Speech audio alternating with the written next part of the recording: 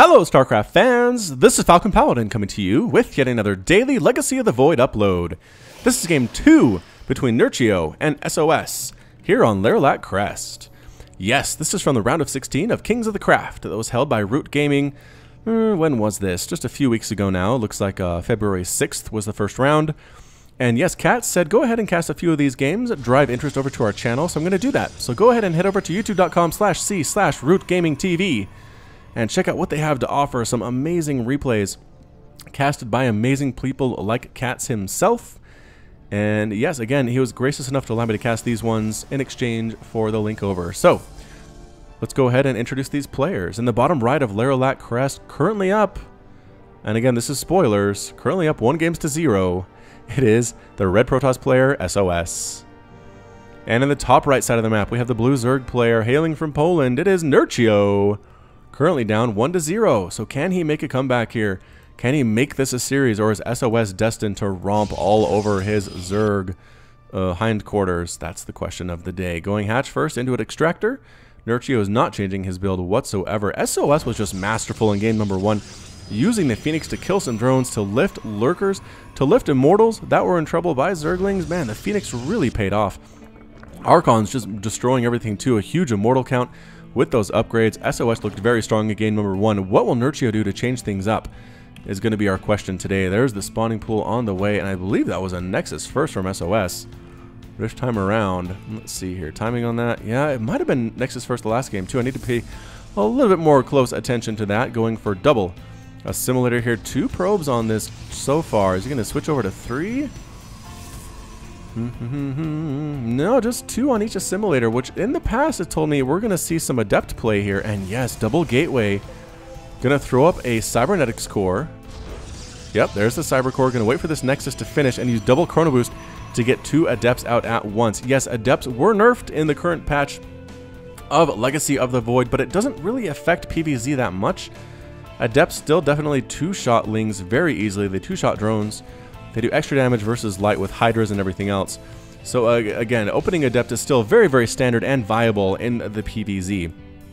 Heading on out here is this probe, having done a nice scout off, getting chased away by these lings, but seeing exactly what's going on. Does not see an early roach warren, doesn't see double gas here at all.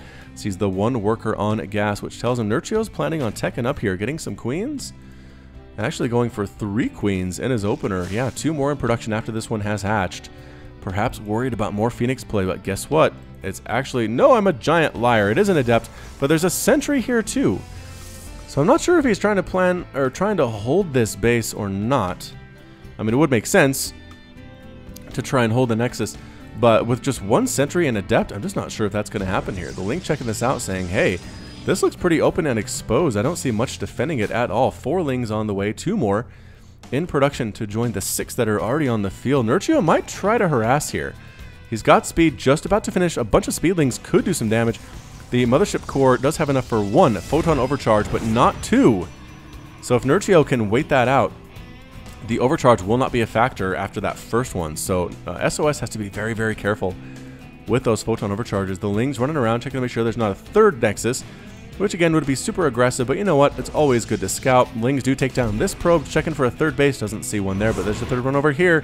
And the lings run in, and no, just back on out. And look at that, not overreacting. sOs does not throw down the photon overcharge at the lings, recognizing they can just run out of range, and it takes a while for the mothership core to regenerate 50 energy. So again, excellent choice there indeed. Nerchio going for a 2nd extractor here. This one is ready to go. This one is not. And opening roach warren once again. I don't think he actually made any roaches in game number 1. I think he went for lings and spore crawlers and queens, hydras and lurkers, but I believe that was it. So yeah, definitely changing things up though as sOs. Again, it's probably map dependent. He just doesn't have a very, very safe natural to take. Adepts heading out using that psionic transfer, and here they go. 4 adepts waddling their way up, or striding, or marching, or whatever you want to say. They're wiggling on their back, so it kind of looks like a weird waddle. 10 roaches in production though. Wow, that's a lot of roaches. Psionic transfer being used to get right on into the main base. Can the roaches pop in? No, the adepts actually cancel. They cancel and head back home. It was a feint. It was a feint by sOs. Heading back home are these adepts. There's a Phoenix there too, immortal. Warping on in. Is it actually... yeah, it counts as warping. Even if it's not coming from a warp gate necessarily. They're all coming from Ire or Shakuris or whatever the lore seems to indicate on that line. Is this queen? Is nobody injected? Where are the queens? Is he pushing with his queens? Whoa! It's a queen roach attack from Nerchio with Ravagers. He has 5 queens, 13 roaches, and a bunch of lings here as well. What is going on? And here comes the push. The queen's waddling down. A single force field catch. 2 force fields catching a Ravager. Bam. Goodbye. Force field. Another attack here. More force fields though. And the photon overcharge comes up here too. Really smashing into those roaches pretty darn well. The queens are not a factor here whatsoever. The force fields are the MVP so far of this map. Transfusing the Ravager though. Once again, the queens, they're pathing a little bit messed up.